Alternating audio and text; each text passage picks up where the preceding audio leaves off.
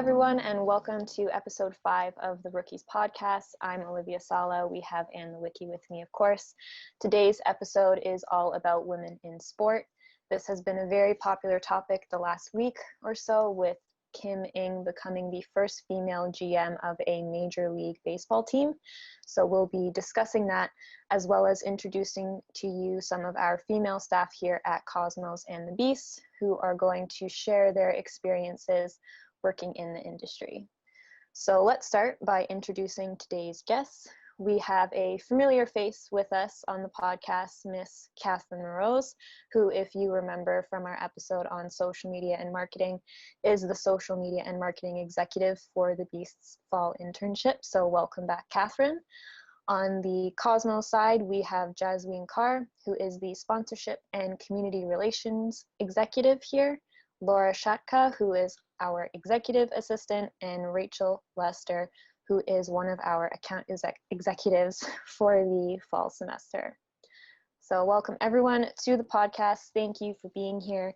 I'm excited to have a full female cast for today's episode. Usually Tristan is on the call with us, but we sort of kicked him off for today's episode, which he was okay with, but I know Anne and I are excited to have you all on with us. So let's get into today's topic. I wanted to start off by asking you guys what your thoughts are on Kim Ng becoming the first ever female general manager for a Major League Baseball team, the Miami Marlins. I know when I heard this news, I was really excited. I'm sure you guys were excited as well. So what are your thoughts on this, really impactful historical moment for women in baseball, especially? Well, I think, just like you said, it's impactful and it's historical, and I think it's a great step for the MLB to take. It's nice to see like the big national leagues kind of taking these steps and including more women in their in their board of directors or in their staff. So yeah.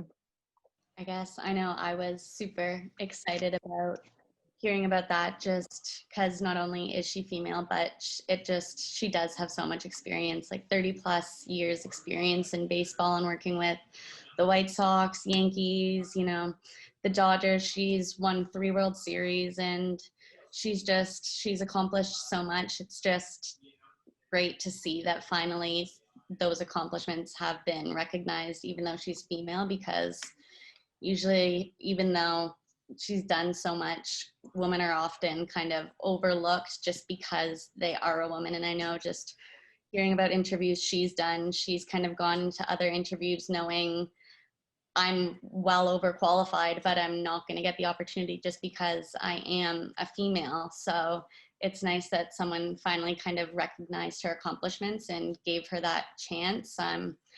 It's one of those things where it's a big change, but hopefully it's not necessarily proof that it's going to make massive change right away. It's obviously huge and something to celebrate, breaking kind of that glass ceiling, but it's just still women in sport. It's a struggle, and hopefully this is a big step forward, but it's just so traditionally male dominant that it's going to take a lot to get there, but this was definitely a massive step forward for sure.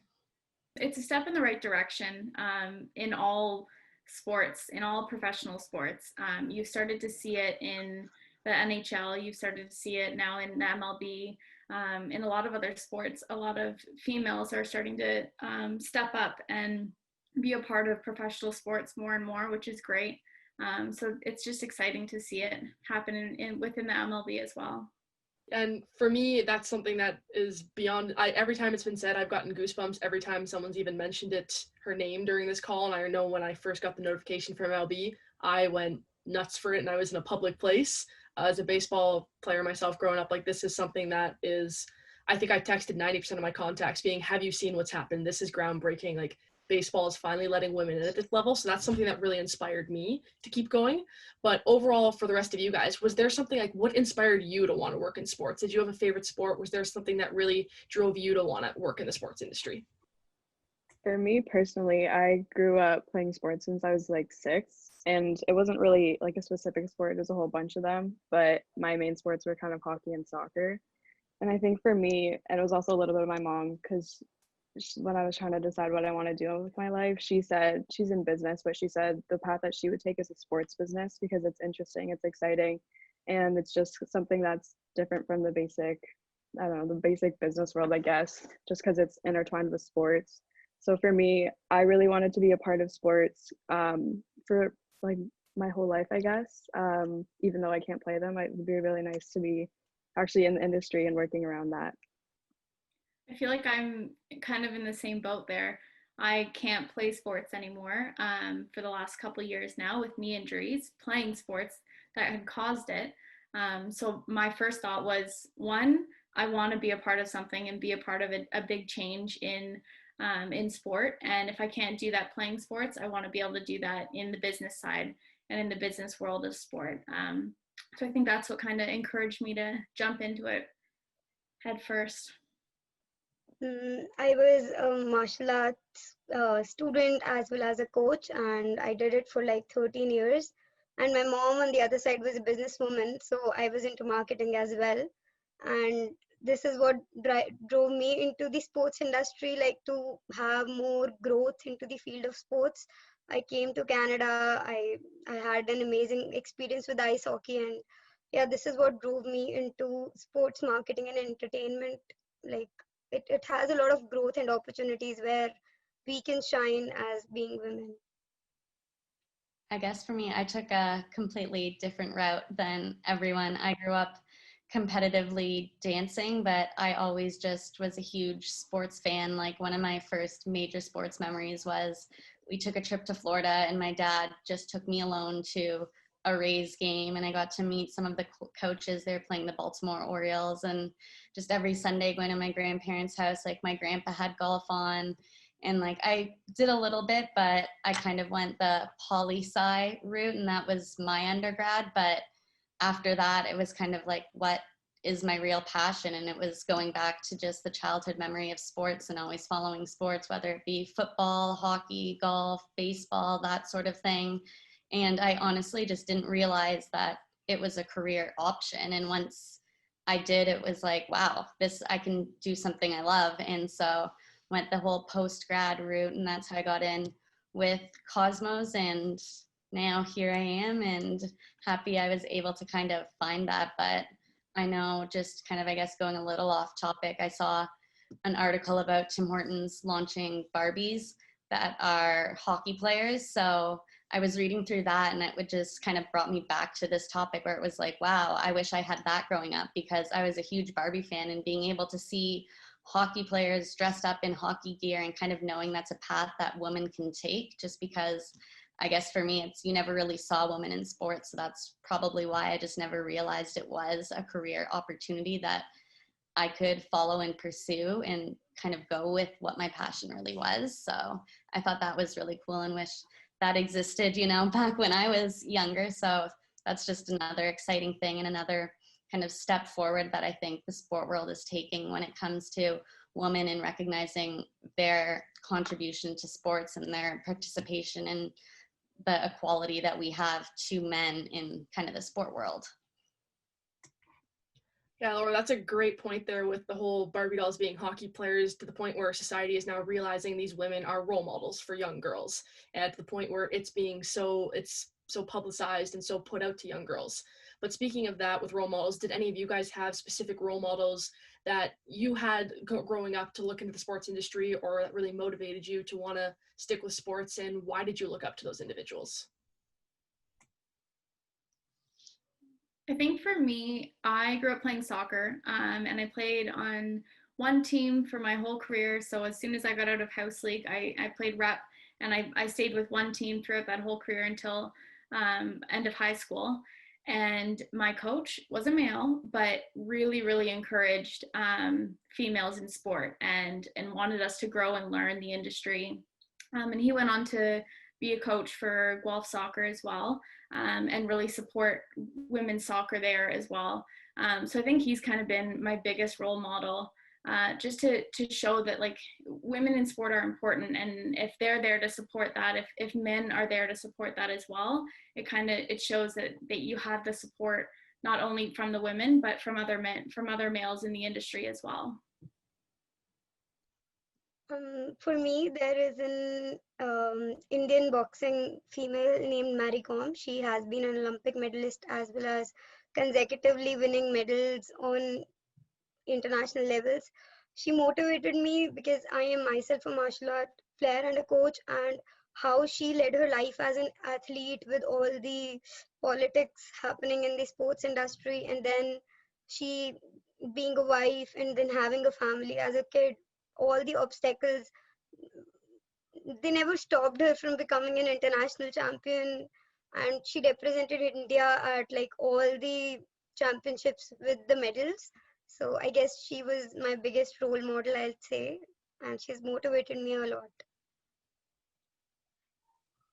I guess for me, kind of more recently, like I had different role models growing up, but as of, I guess, the last 10 years or so, I know really random Condoleezza Rice. I don't know if anyone else knows much about her, but because of my poli-sci background, I've always kind of followed her, and she's just been the first woman to do a lot of things. And then now she's kind of broken into the sports world, and she kind of, knowing her background, she grew up with her dad as a football coach, and she grew up a massive football fan. And even when she was kind of working with President Bush, he said that she wanted to one day be the NFL commissioner. And I think even at that time, like that's something that's huge to have aspirations like that. And even I think it was around 2013, she was selected to be one of the members of the college football playoff selection committee. And there was a huge ordeal, a lot of criticism, of course, because it's like, why would a woman be on this selection committee? And she received a lot of backlash, but at the same time, it's like, why do you need to have football playing experience or be a male and have played the sport to be able to understand and be able to contribute and make decisions? And it, I think, was just a really great opportunity to advance the conversation on gender equality in the sport world, and seeing her be able to take those steps. And then later on, there were rumors kind of she was going to be considered as the Browns head coach. She grew up a Cleveland Browns fan, so even that, to be considered the first female NFL coach, would be huge. It was kind of, everyone was saying it's a long shot, it's definitely not going to happen, but just talk of having someone like that, who she does just everything from politics to sports and just breaking barriers everywhere. She's been inspirational overall, really. Okay. My biggest role model for me was probably my mom, because she's the one that pushed me to go into the sports side of business. And she kind of took her own past and her own job and kind of reflected it on me, but wanted me to do the best that I could. And even growing up playing sports and stuff, she was always my biggest motivator, always gave me the tough love. But she told me to use being a female as an advantage in the sport industry, and she just constantly pushes me and provides me with confidence to do the best that I can. Absolutely. No, those are all like really great people to look up to and to have in your corner. I know Katherine, your mom, my mom has, always been my biggest supporter too when I played sports back in high school and in elementary school as well. But just like from my point of view, like thinking of female athletes, especially Canadian female athletes, who I think have done just such an amazing job at being role models for young women, are people like Haley Wickenheiser or Christine St. Clair, Bianca Andreescu, like these women who have just done so well in their sport and who are great leaders, great coaches for these young girls who want to be just like them. So those are three people that come to mind for me as being just really great role models to look up to, especially being female and being in the sports industry. I think it's super important. But I wanted to kind of go to Jasween here, because you've mentioned it a couple of times that you have done martial arts. So I think that's just like a really cool sport. So maybe can you just tell us what got you interested in wanting to do martial arts? I would say I was a table tennis player before, but my best friend, she took me into the martial arts field, and I gave the trials. The coach called my family to ask me, like, they wanted me to switch to taekwondo because they found that I had those skills. And once I started performing professionally, it was like never stopping, like intense standard. When I was just 16, I represented India in the 5th Commonwealth Taekwondo Championship.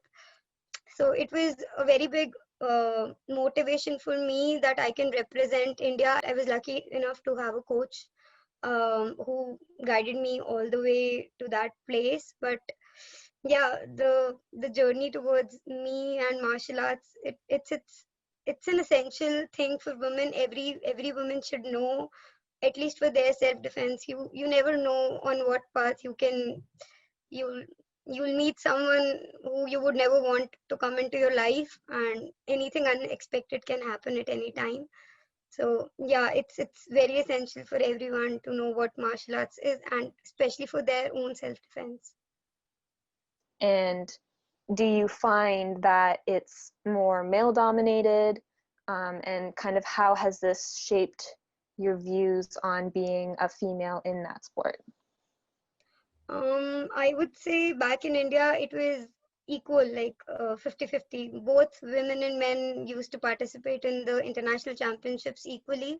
So, and in India especially, people have started like motivating their girls to learn self-defense for their own better future. So now the participation of girls have started increasing in the martial arts. That's like a big achievement. And in Canada, when I was coaching in an academy named Brampton Olympic Taekwondo, I saw that the girls were the majority, like they were in the majority population.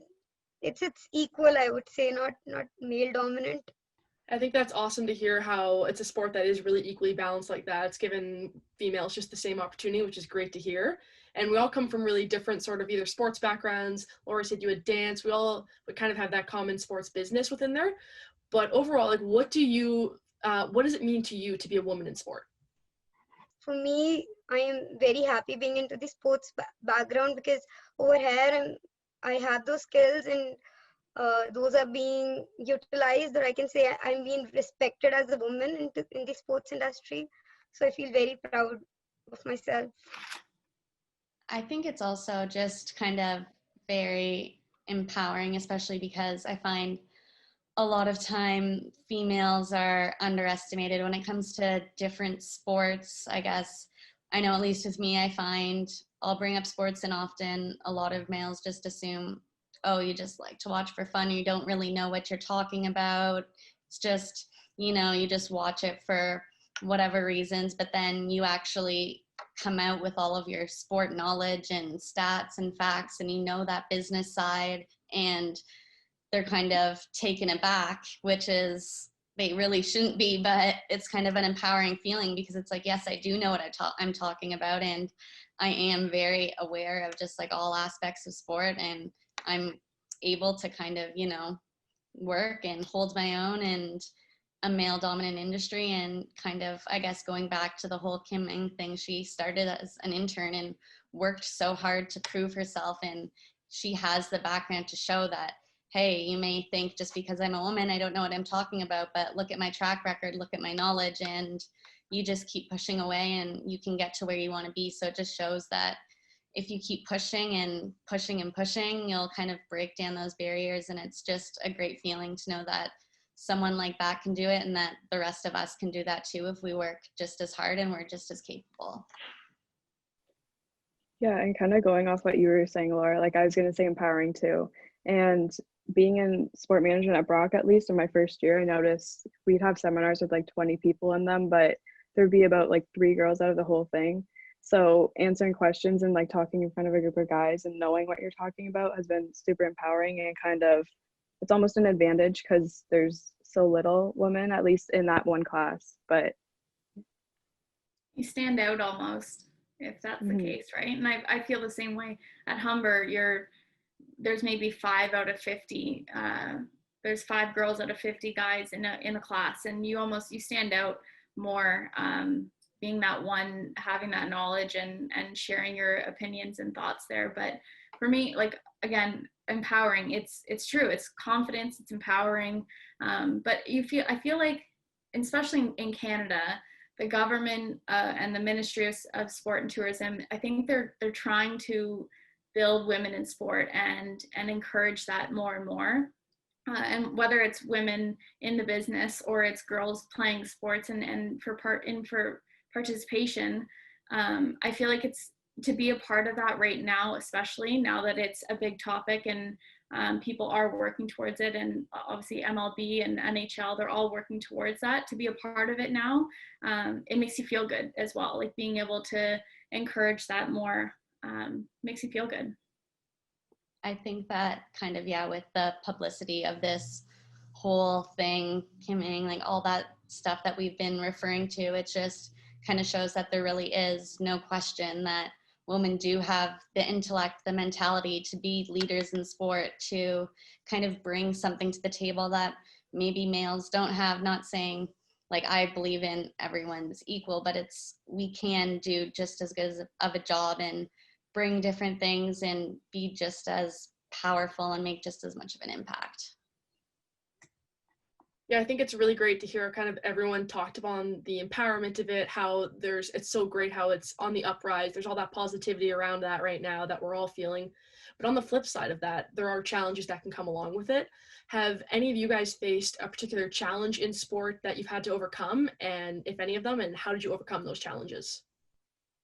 I feel like those challenges, especially for Katherine and I, still being interns and being students and still trying to experience the industry, and I guess for you as well, Anne, we're going to go through more challenges the more we're in the industry and the longer we're in the industry, and the more jobs you experience and the different corporations you work for, you'll start to experience more. And I feel like the same way, I'm like, I don't have any challenges really right now that I can talk about, but I'm sure there's lots to come for sure. I think sports definitely has a majority of male employees right now, if I say. So it's very hard, like, to prove yourself in a group of males present in the office. It's always for me, being a South Asian, when I came here, it was a tough part for me to prove myself with all the other interns. In a group of 10 people, like just 2 females, it was hard. But yeah, it was all the hard work which paid off. But yes, in the male dominant areas, it's definitely a challenge to prove yourself and shine out.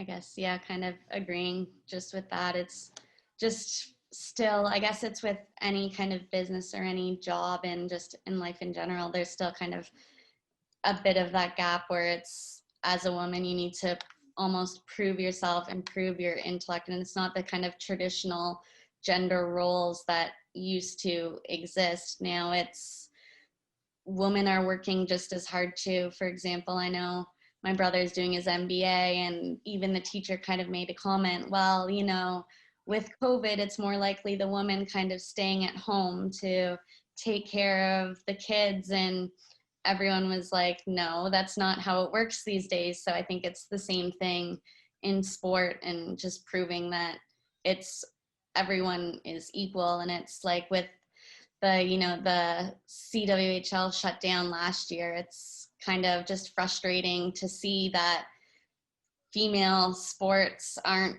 as recognized or not paid as well. And it's not just us on the business side, it's the athletic side as well. It's just, I don't think we get as much of an opportunity as males do in sport. So it's just, frustrating in that sense, but it's, I think, our generation's job to continue in the footsteps of all these people that we've talked about that have been inspirational, to pave the way to show that we are just as equal and deserve just as much of a chance and can make just as much of an impact, or who knows, even more. Absolutely. No, that's like a great point there, Laura, that you bring up. And that kind of leads into my next question here, was to talk about the CWHL folding and kind of what that meant for hockey in Canada for women. And I know that the NWHL has recently come out with a new team in Toronto, the Toronto Six. So now we have at least one team in Canada for women's hockey. So what were your thoughts when the CWHL folded, and now having this new team in Toronto? What do you think that means for women's hockey in Canada, and why is it so important? I think when I was in second year, I volunteered with the Toronto Furies when it was still running, and even just volunteering at that game, they're not given the platform as like the same platform as men to be able to like have the same viewership or have like the same circumstances. It's not promoted as much. It's kind of in like a hidden arena, and it's like there wasn't a lot of people who attended, which is unfortunate. But I think having the Toronto Six, it's kind of, again, like just a step in the right direction, and hopefully that there's enough teams like the NHL or even the Toronto Maple Leafs who can help them get to where they need to be. I think what's really great about it too is that the Toronto Six is led by a female team. I've only heard amazing things, and I've had brief contact with Digit, but Ty and Digit, I think, would provide great leadership, and the fact that it's two women bringing this women's team to Toronto is huge, and hockey's so big in Canada, and to finally kind of get a chance to have that back and have a female team right here so close in Toronto is amazing, and I'm just excited to see what comes out of it, and I only imagine it'll be amazing things, and it's a really great opportunity. It is a really good opportunity, and it's like about time we have that opportunity, especially in Toronto as well, since we haven't really had that. But yeah, with the teams folding and the league folding, it's been tough, and it's hard for a lot of girls to want to participate in sport, and especially in hockey, not knowing where that can lead them, whether it just makes it to post-secondary and then that's it.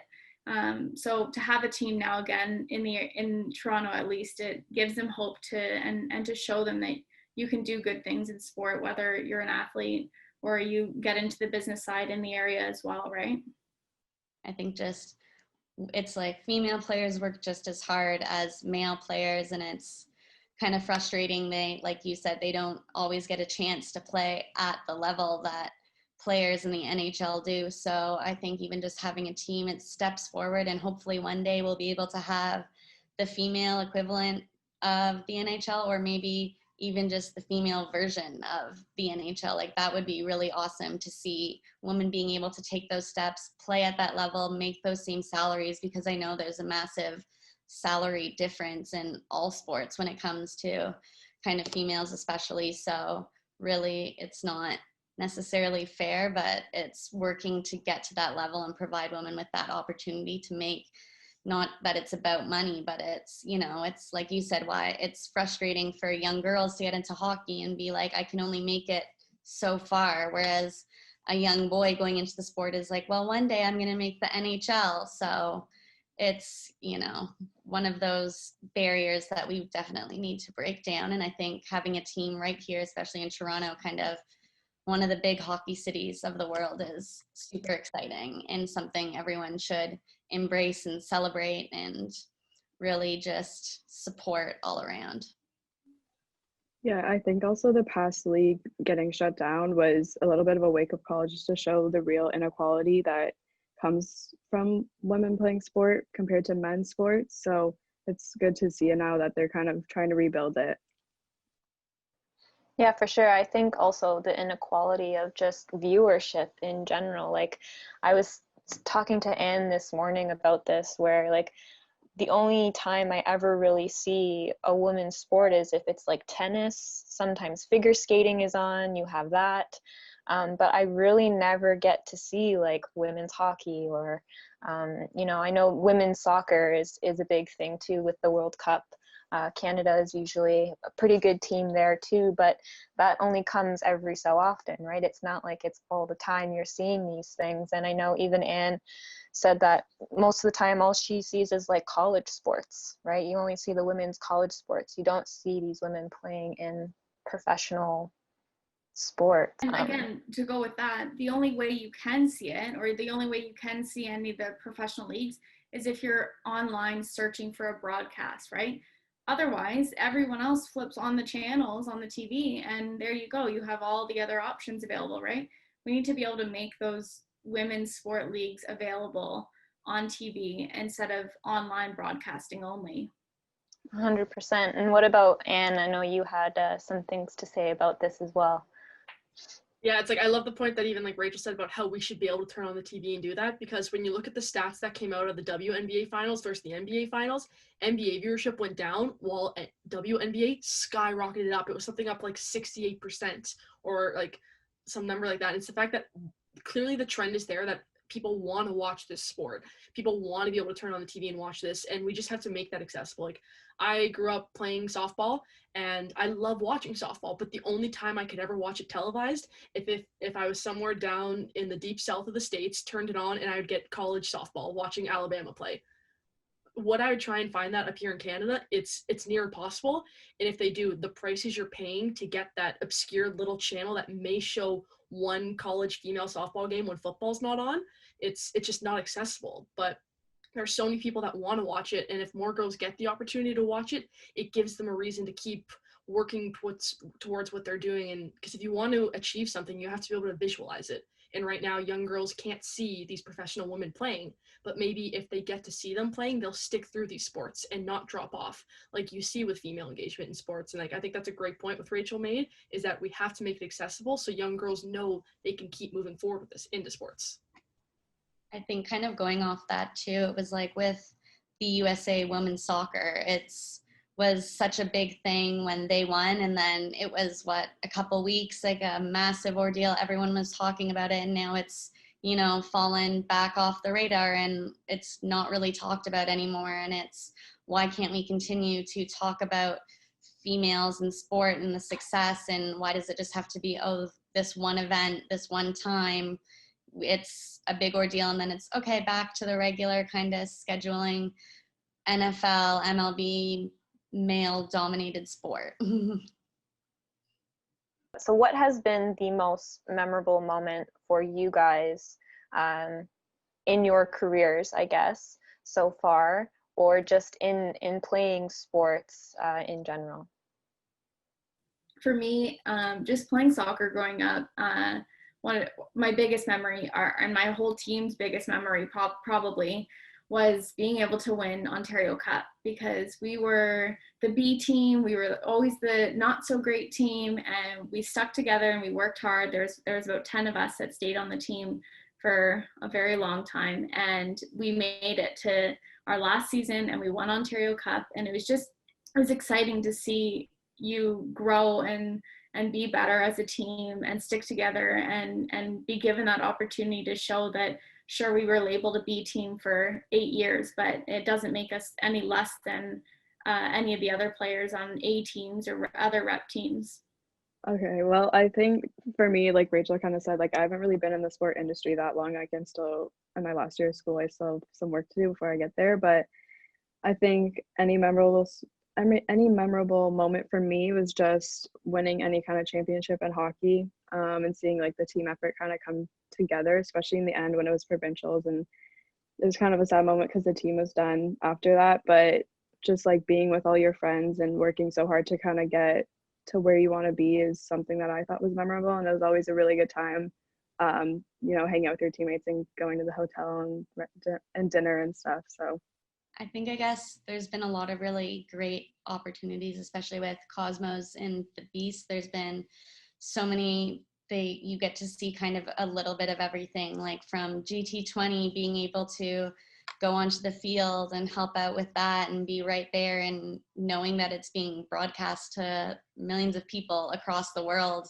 and being part of an event like that. And then stuff like the Beast, when we made it to playoffs, just being able to see the excitement that everyone kind of had around that and bringing everyone together. And then also just because sports is so hard to break into, especially Toronto is such a saturated market, it's all I found about volunteering and putting yourself out there and doing what you can. So I got to kind of volunteer with the Honda Indy, and it turned out all of the other social media volunteers dropped out. So kind of got thrown into it and was the one kind of running social and got to be right there at the winners platforms, go to the press conference after. So just stuff like that was really exciting, and just being able to be a part of that atmosphere is like such a rush and an incredible feeling. And it's also being kind of, I was really one of the only women in the room there, and people were kind of giving me looks like, what is this girl doing here? Like,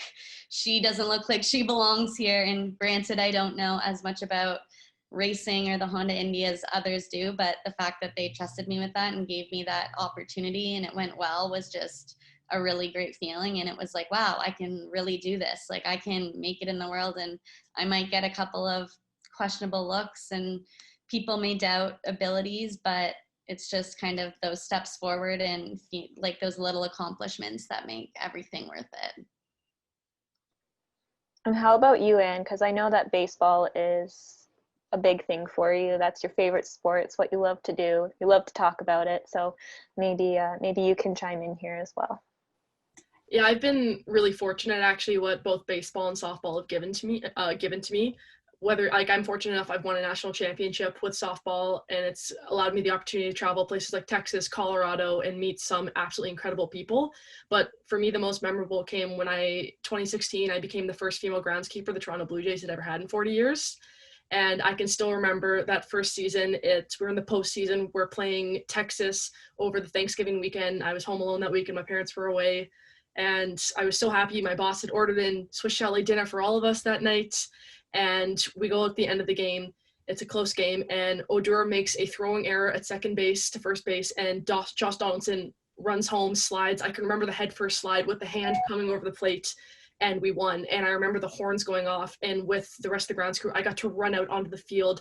I was getting hugs from players. I'm picking up the hats that are being thrown onto the field. And I have goosebumps now just thinking about that, because how much baseball meant to me to be part of that moment and to see it from eye level on the field and get to celebrate with the players and celebrate with the 50,000 fans that were in Rogers Center that day.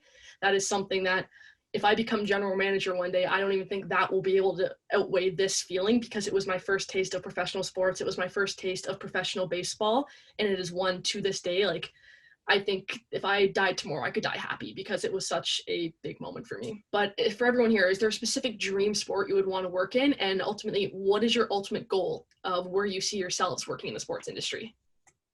I think for me, just because I grew up playing hockey for like over 10 years of my life, hockey's my dream sport. It's the sport that I know the most about and that I find the most entertaining personally. But in terms of a job, I still haven't figured it out. Through this internship, though, I've learned that I really like being on like the creative side of whether it's social or just sponsorship marketing in general. I really like those areas, and just being in school and taking courses, I think event management, I just can't decide which one I want to do, but somewhere in those areas. For me, I obviously played soccer growing up, but I'm so interested in so many different sports that I don't think I could pick one sport. And I think for that, I want to get into like a sport tourism or a company or an organization like Cosmo that works in multiple different sports, so you can kind of get the feel, because they're all so different, and all the business side of it all is so different in every sport. So I want to be able to keep in touch of all the different sports instead of just focusing on one. But yeah, sport tourism would be, I think, an industry I'd like to look into and learn more about as well. I think I agree there. It's like I have so many favorite sports, whether it be hockey, baseball. I've always kind of wanted to get into football, but more of the NFL side, obviously, than the CFL side. And I had an opportunity with Humber to go down to Florida and go to IMG Academy. And I got to kind of go to one of their football practices, and they had recruits that were already kind of committed to places like Georgia. And it was just incredible being able to be on the field and any area of that, just being a part of that. I've always just been a massive football fan, and that's kind of going back to why Condoleezza Rice was one of my huge role models, because she just has so much football knowledge, and she was so underestimated. And I feel like when it comes to football especially, women are very kind of not always taken seriously. Like, I've seen different articles on Twitter, etc., about how one sideline reporter was being criticized for her outfit instead of the amazing job she was doing kind of reporting and talking about the game. So it's almost like she inspires me to kind of break into that football market and kind of show them that women can do this too. And it's, why are you focusing on that side of things when there are women doing amazing jobs and are just as knowledgeable? And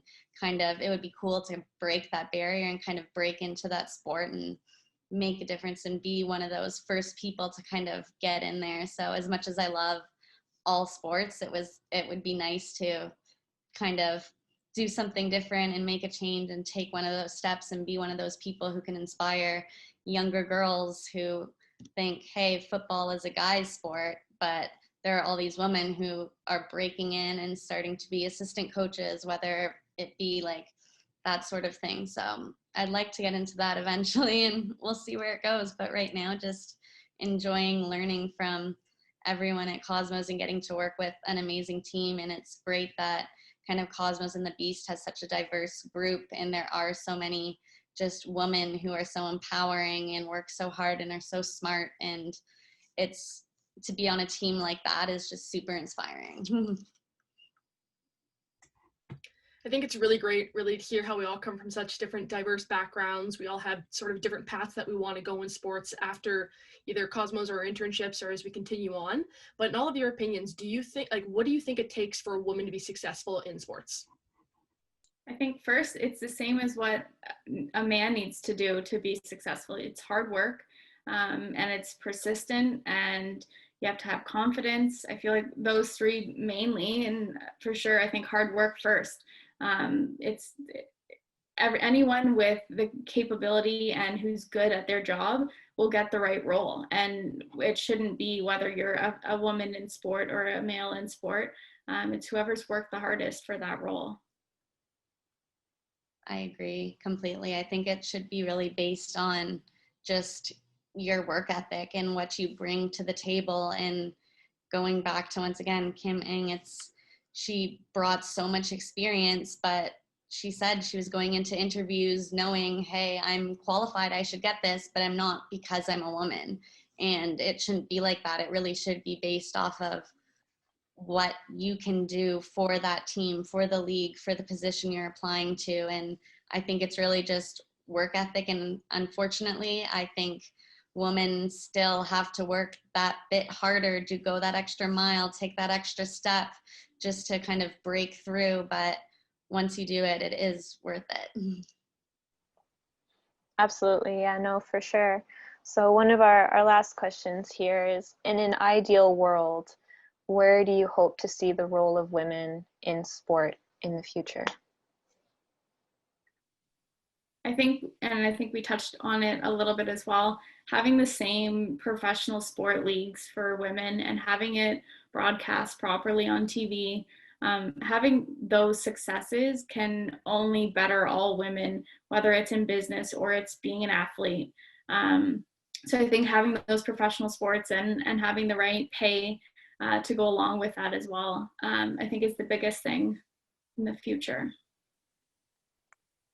Yeah, I think it's, for women, at least in the playing sport, like actually playing sport, it would be really great to see kind of like the same levels that men have, like in terms of equal pay, like equal coverage, and like platforms that they can kind of present themselves and promote themselves. And I think just in terms of like sport organizations, having more women on the board of directors and creating more diverse group in that way.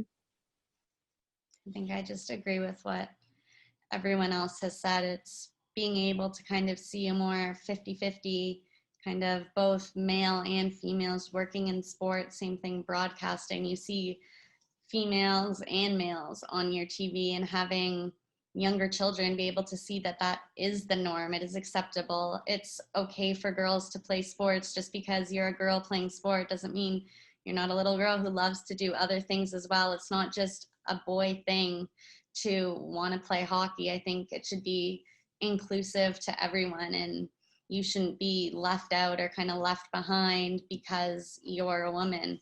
And I know even with just leagues, like, why can't you can say like females play in the NHL? Like, there are certain things like that. If you have the talent and the skill, why can't you be playing with men? It's the same with business. If you have the intellect and the ability, why can't you do the same job? And it's just breaking through those barriers and getting that equality out there and making that the societal norm. Awesome. So that is it for today's episode of the Rookies podcast.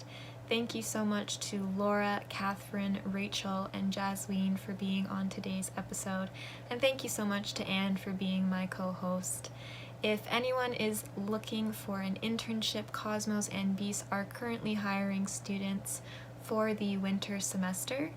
You can go to the Cosmos website at cosmosports.com or the Beast website at bramptonbeast.com.